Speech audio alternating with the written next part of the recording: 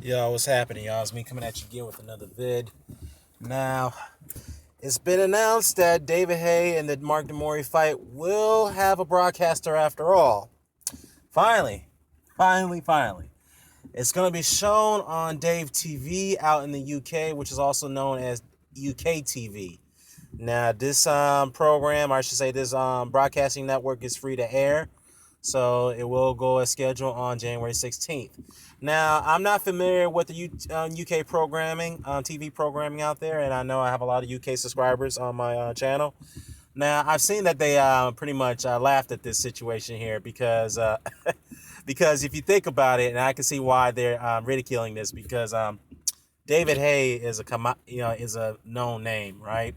He is a known name. He's a known figure in the heavyweight division of boxing. Okay. Now, the problem with this situation, I have to look at it a few ways here. We all know that Eddie Hearn shot down the idea of this fight being broadcast on Sky Sports because obviously, he said that that's not going to happen. I mean, he did indicate that David Haye fights will be broadcast on Sky Sports, but not this particular one. So, what are the other options? You had Box Nation, you had ITV, and you had Channel 5, which I believe hasn't really aired any boxing, hasn't aired any fights in a while, but that still was a possibility. Now, you kind of wonder why all these networks didn't rejected to showcase this fight. Well, I think there's only one reason behind this, and I think that's David Haye, his ego. All right? Now, we all know David Haye is a narcissist.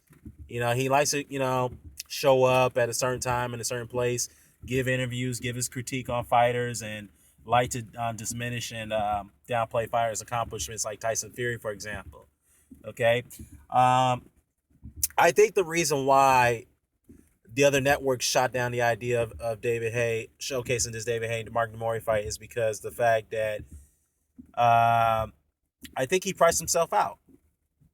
All right, and when you and we all know that David Haye has a financial problem right now. He's going through some financial issues, and he definitely need money to get out of that situation.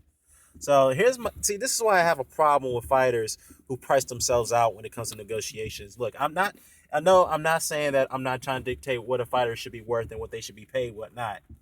Okay, I get that a fighter needs to go get their money, but my problem is that when you're in a situation that you have no room to negotiate for a certain amount of dollars, especially the high amount of dollars that you're looking for, you should take what you can get, man.